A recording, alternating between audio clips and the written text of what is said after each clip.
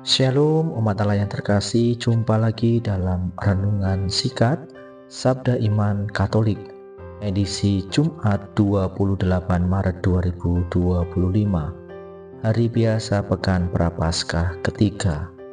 Bacaan Injil hari ini dari Injil Markus bab 12 ayat 28b sampai 34. Dalam nama Bapa dan Putra dan Roh Kudus, amin. Ya Tuhan, terangilah hati dan pikiran kami untuk mendengarkan sabda-Mu.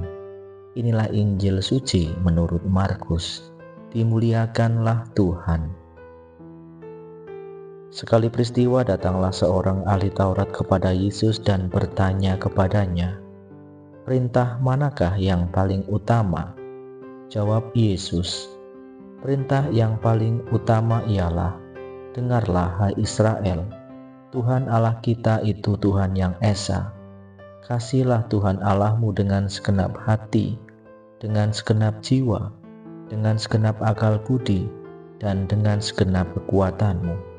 Dan perintah yang kedua ialah, kasihilah sesamamu manusia seperti dirimu sendiri. Tidak ada perintah lain yang lebih utama daripada kedua perintah ini." Berkatalah ahli Taurat kepada Yesus, "Guru, tepat sekali apa yang kau katakan, bahwa Dia itu esa dan bahwa tidak ada Allah lain kecuali Dia. Memang mengasihi Dia dengan segenap hati, dengan segenap pengertian, dan dengan segenap kekuatan, serta mengasihi sesama manusia seperti diri sendiri, jauh lebih utama daripada semua kurban bakar dan persembahan." Yesus melihat betapa bijaksana jawaban orang ini, maka ia berkata kepadanya, "Engkau tidak jauh dari kerajaan Allah." Dan tak seorang pun berani lagi menanyakan sesuatu kepada Yesus. Demikianlah sabda Tuhan. Terpujilah Kristus. Umat Allah yang terkasih dalam Kristus, selamat pagi dan berkah dalem. Kira-kira kalau ditanya apa perbedaan debat dengan dialog? Kalau kita tahu bahwa debat itu bertujuan untuk menaklukkan lawan bicara, sedangkan dialog yaitu bertujuan untuk menemukan kebenaran bersama dengan rekan bicara.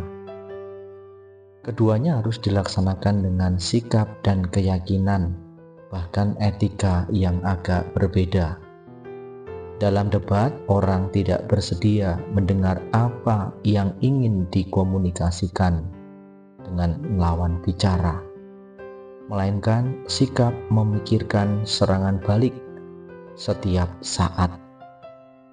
Celah pada tiap detik dan tiap ungkapan diintai dan digunakan untuk menyerang lawan bicara. Kekurang tajaman rumusan pun digunakan sebagai pintu masuk buat kemenangan pihak lawan.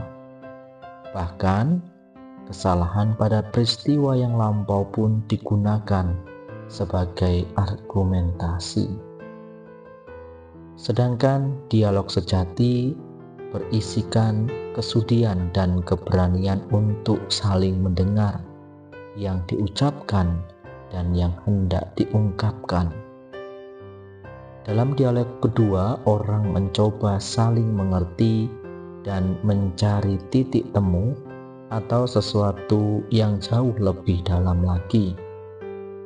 Dialog adalah upaya dan komitmen bersama untuk mencari hal yang baik. Umat Allah yang terkasih dalam Kristus, marilah kita terus menjalin dialog yang baik dengan sesama, terlebih dengan Allah, sehingga kita tidak jauh dari kerajaan-Nya. Maka mari umat Allah yang terkasih, kita bersama-sama untuk belajar berdialog atau berkomunikasi yang baik dengan sesama kita, baik di dalam keluarga, di dalam gereja, di dalam masyarakat maupun di dalam komunitas maupun organisasi yang kita ikuti, yang tentunya akan membawa keselamatan, yaitu kerajaan Allah.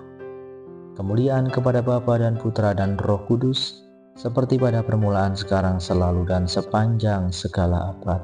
Amin.